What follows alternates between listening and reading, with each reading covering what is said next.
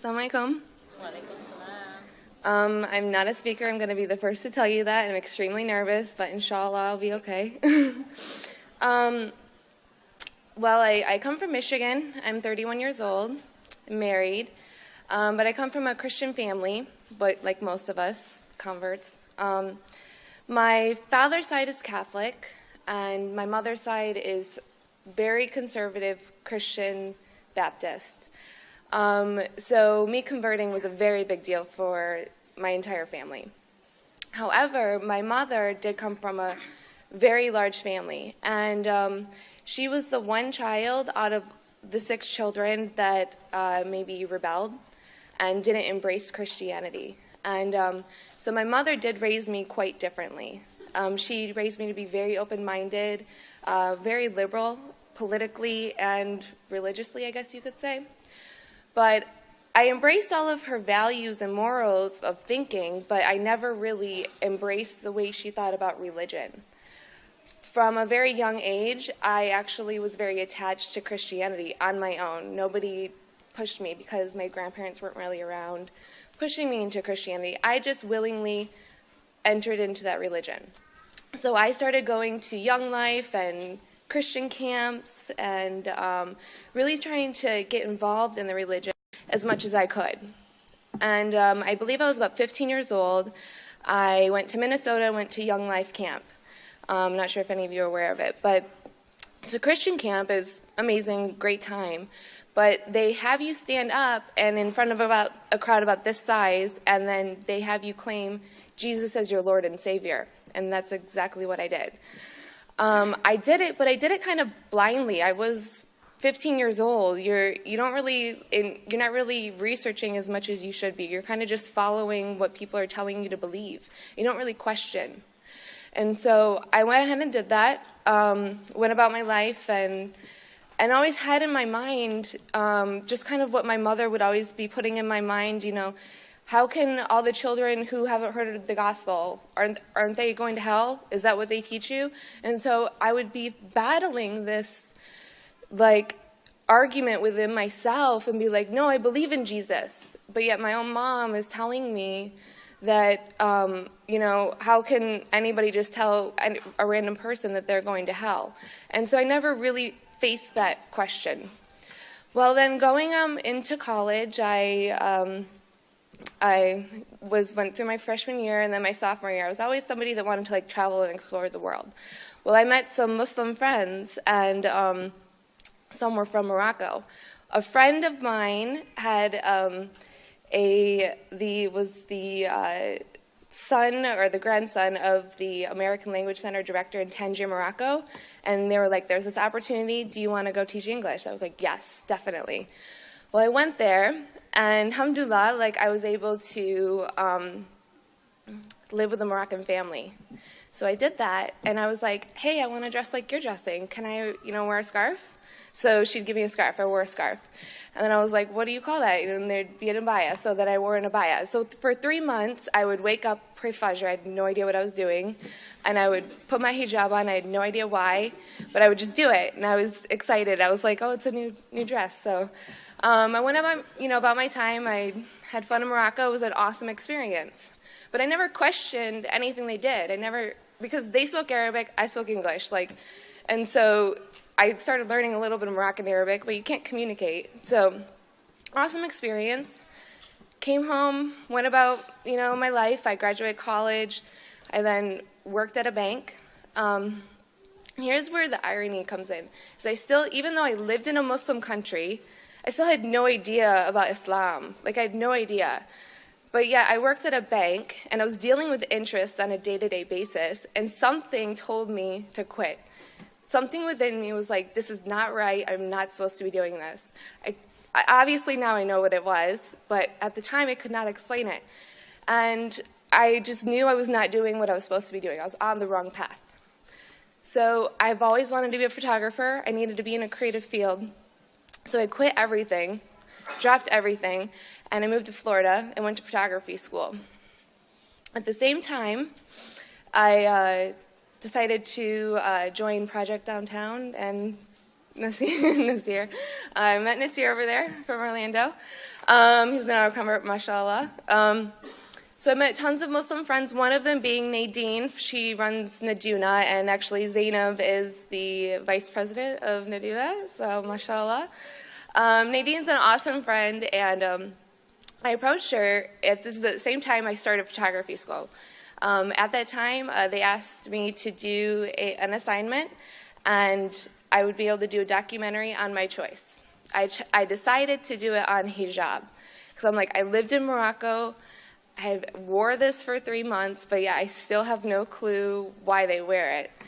And so I asked Nadine, I was like, can I please interview you? And she's like, absolutely. So we went ahead, I did an interview.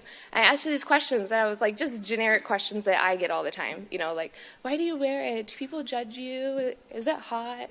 You know, like, whatever. And like, I got that question in Georgia a couple weeks ago. So like, obviously like ignorant questions, you know, because I had no idea what I was talking about. And so when she started speaking to me, she opened up my eyes, and she was like, you're Christian, right? I'm like, yeah. She's like, well, you know, it's in the Bible that it says, it's in Corinthians chapter 11, verse 6, that you are supposed to wear the hijab. I was like, really? So then she just kept opening up my eyes, and this is, you know, the thing is about Islam, the reason why the beauty of it and why I love it so much is it's such a feminist religion. And I grew up as like the biggest feminist, and I was like, you know, always like fighting like for women's rights and everything. But like what you end up learning is like that's what Islam did. Islam gave rights to women, and so that's what I loved about it. And so I started listening to her, and you get this other point of view that you never thought of. You think that, you know, Muslim women, that they don't really have a career, and maybe they're there for their husbands, and all these stereotypes that are out there, they really are there. And she opened up my eyes, and she's like, just look around and look at the magazine aisle. Nothing is sold without a woman's body being put next to it. And I remember her saying, she's like, you can't even sell a bag of chips without having a naked woman next to it. And I'm like, yeah, like that's not feminism. That's oppression. Like, I've been living in an oppressed society, and yet I don't even know it. Like, why do we have to feel so self-conscious about our bodies all the time? And so I really started thinking about it. I went home, I looked up the verse in the Bible. I was like, wow, this is really there. And then from there, I got so interested, and I decided to look in the Quran and what the Quran said about the hijab. And then surprisingly, when I read the Bible's verse about hijab, it was actually very demeaning for women. I don't know if many of you have read it, but it actually says that if you don't wear the hijab, you're supposed to shave your head in shame. And that seemed to me a very demeaning way. But yet the Quran talks how beautiful the woman is, that I should be covered. And so that's what I started, just looking at things differently. So then I just was so interested. I couldn't like get my hands off of learning about Islam. So then I would read books and read the Quran. I'd watch YouTube videos. Like Yusuf Esses was one of my favorites. So I would just like look at all his YouTube videos. And I did this for about like 3 months. But then I knew I was going to become Muslim. So then I'm like, I'm not ready to take my shahada, but I'm ready to put my hijab on. So I actually put the hijab on before I took my shahada. And I didn't put it on full time. Traveled to New York, and I decided to put it on just because I felt comfortable. I felt like I would blend in, like I wouldn't stand out. But then I remember flying back, and I remember going to class. And I remember just being so nervous. And alhamdulillah, like I got through it, and everybody, you have to answer to everybody, why are you wearing that? Because you come in and you're not wearing it. And I know it's minuscule now, but alhamdulillah, I'm so proud to wear my hijab now. But at the time, it's so hard. You know, you have to explain to everybody. And I did it, but it took so much strength. And then 3 months later, I just kept researching. And I'm like, yes, this is the religion for me. I'm ready to do this. And I remember being alone.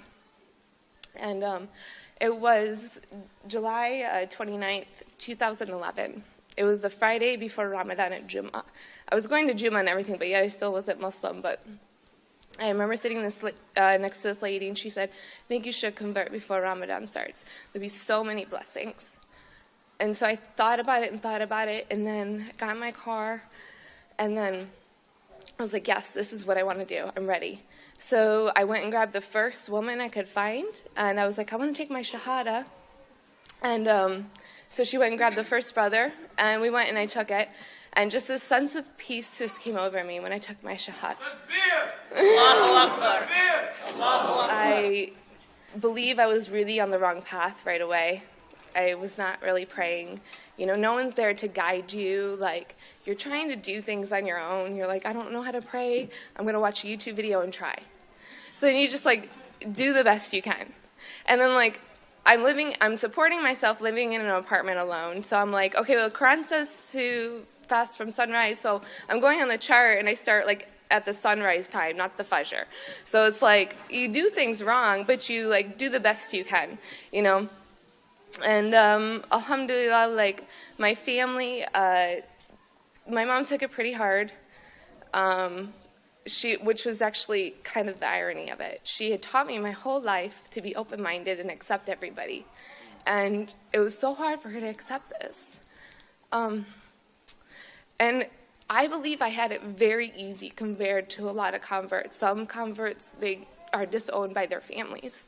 But my mother, alhamdulillah, after a while, she accepted it, but she would always say, you know, why do you have to wear the hijab? Can't you just take that off? And so I would, and you go through this struggle, even though this is kind of what led me to Islam, the hijab, is I would take it off for my mom. I'd go home to Michigan, and I'd take it off. And so you feel like this battle. You're like, I'm trying to be Muslim, but I'm trying to please my family. And so it's just this struggle. But alhamdulillah, like, my family now accepts everything, and I believe I'm on the right path. I'm praying 5 times a day now, so I'm still learning, but